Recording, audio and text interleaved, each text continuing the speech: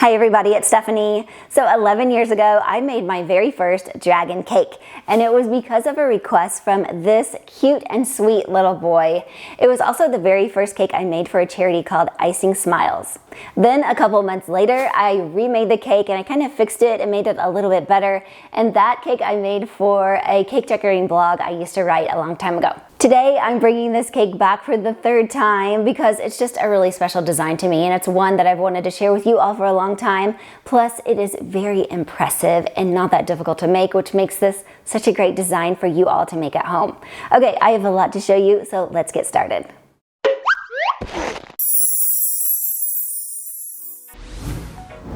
The first thing I need to do is build a cake structure, but don't let that scare you away from trying out this cake design. There are no threaded rods in this one, and you don't have to cut any boards, and that's why I think that this one is a little less difficult. I first need to buy a sturdy board, so I bought a plywood board at the hardware store, and I'm putting some felt pads on the bottom, and I wrapped it up in a Wilton fancy foil, and now it is all food safe. I also bought some PVC parts from the hardware store, and I will list all of these out for you in the description box. I'm cutting the PVC pipe into sections, so I need an 8-inch piece for the neck, also a 1.5-inch and 3 1-inch pieces. I'm placing the floor flange, and that's this metal piece right here, about 4.5 inches from the side, and I'm securing it to the board with screws. And then I'm building the structure in this order. So it's a male adapter, then we put on the 8-inch PVC pipe, then the 45-degree elbow, and then push in the 1.5-inch piece that we cut earlier, and then the PVC cross. And then you'll want to add those 3 final pieces to the cross. See, that was simple and easy. I'm noticing that I can easily twist this bottom connection where the male adapter and 8-inch pipe meet, so I'm wrapping some aluminum foil tape around it to keep it from moving around, and I think that will be much sturdier. I'm also covering the middle floor flange with tape too. For this project, I baked 2 large rectangular cakes in a 12 by 18-inch pan made by Wilton. However, I do not recommend using sprinkles in the cake for this one, and I'm going to show you why here in just a bit. I'm cutting each of those cakes right in half down the middle so that now I have 4 pieces of cake. And then I'm going to take each one of those and I'm going to cut the top off to level it. And then for the next part, we're going to use 3 of those cakes for the body, and then we're going to save the 4th one for the tail. I'm stacking up my cake halves and I fill them with buttercream frosting. I like to pipe a buttercream dam around the edges, and I fill it with buttercream all the way up to the top of that dam, and that will ensure that all the layers of buttercream are the same height. I wrapped the cake up in plastic wrap, and then I popped it into the refrigerator to chill. Once the cake is cold, I then begin the carving. So I'm starting by rounding out the corners and the top edge. I don't really need to get it perfect just yet though, we're gonna come back to it later. I also cut out an indentation where the PVC structure will be. I made a tiny little mistake on this part that I wanted to point out. So I stacked and carved my cakes on a completely different board, and then I had to move it over onto the other board. I think it would just be easier if you just stacked and carved the cake directly on the board with the structure that we just made. I'm making the head and neck out of Fruity Pebble Rice Krispie Treats, my kid's favorite. So I don't really use a recipe for this. I just melt an entire bag of marshmallows and then I mix in the cereal until I'm happy with the consistency. I added a first layer of the treats to the structure to start forming the neck, and then I wrapped it up in plastic wrap to set up. I came back to it later and then added more cereal treats, and I really tried to perfect the shape of the head at that point. Now that I have the neck and head formed, I can better visualize how this is going to look. So then I started to refine the cake a bit more, especially around the legs. I still have 1 rectangle of cake that I haven't used yet, so I'm adding a little piece of it to the dragon's back, and then I trimmed that up to a point. Okay, here's why I don't recommend sprinkle cake for this particular design, is because when I mixed the cake scraps with buttercream to make cake pop filling, all those colors mixed together and made the cake an ugly grayish color. It still tastes good, but I just wasn't happy with the color of it. I'm using up the last of my cake to create the tail. I cut it into 2 strips, and then I carved it to round it around to the front of the cake, and then I went back and filled it with buttercream. Rice Krispies are not smooth at all, so it's best to shave off just a little bit to get a smoother surface. Whatever you do with all those little shaved off bits, well, that is up to you. Okay, let's cover the entire thing in buttercream frosting, and then try to get it as smooth as you can.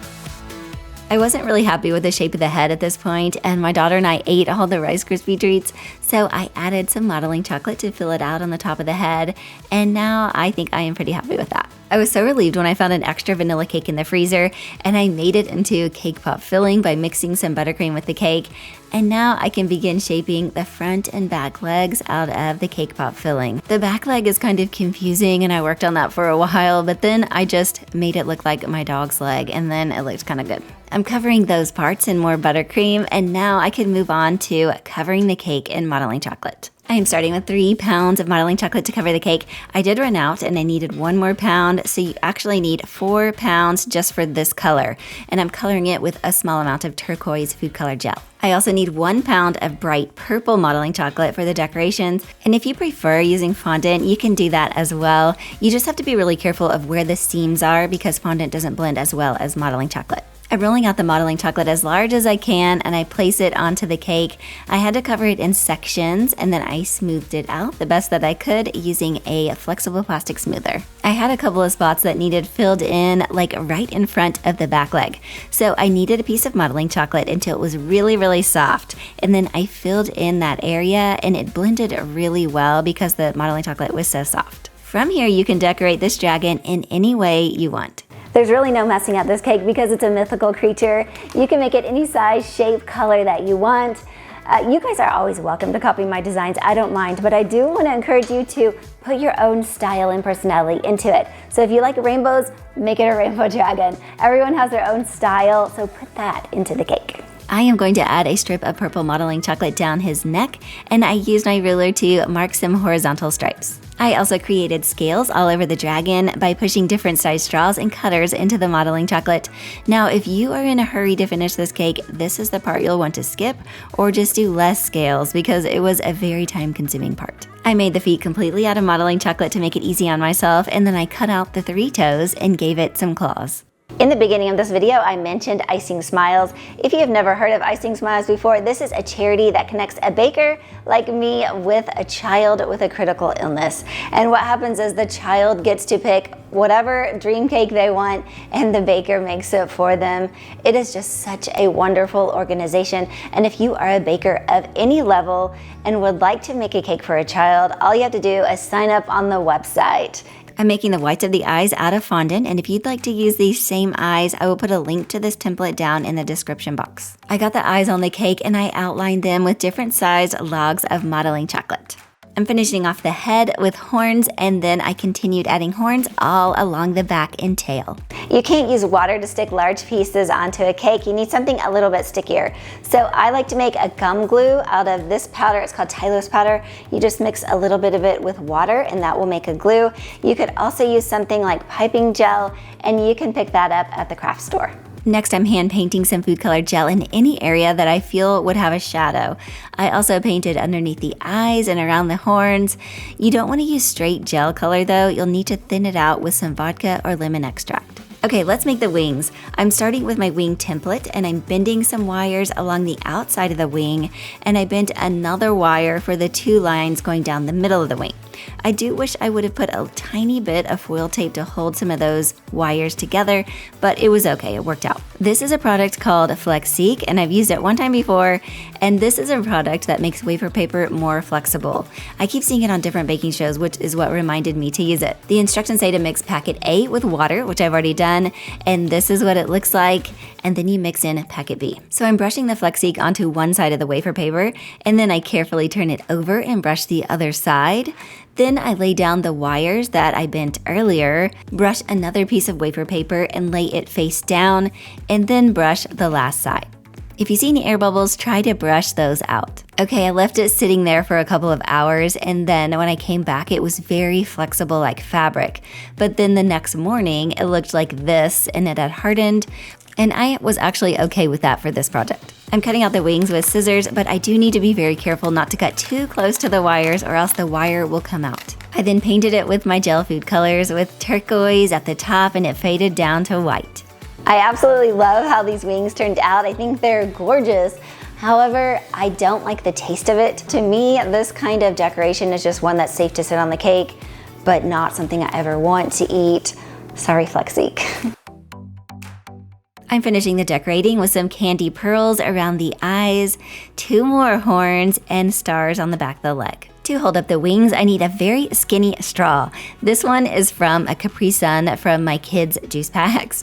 So I pushed that down into the cake, and then I could easily stick the wing down into the straw. I also put a circle of modeling chocolate under the wing to help hold it in place. My favorite way to decorate a board is with colored coconut.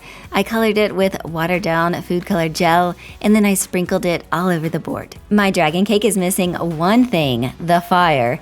This is a cake sparkler, and it fits perfectly into the dragon's mouth if you take off the red stake on the bottom. Let's test it out in my kitchen. I always get nervous lighting these, and I had a fire extinguisher nearby just in case. Okay, let's light it. There it goes. It is so beautiful. The fire isn't too powerful, it's really just a giant sparkler. It left my kitchen a little bit smoky, but did not set off my smoke detector. I love this cake design, and I am very happy that I got to share it with you all today. If you make this dragon cake or any of my cakes, be sure to tag me on Facebook, Instagram, or Twitter. I always love seeing your cake creations. Also, if you need a more challenging dragon cake, I made one a few years ago that turned out really beautiful, so go check that video out as well. And if you guys have any ideas for me, please let me know in the comment section. All right, I'll see you guys later. Bye, everybody.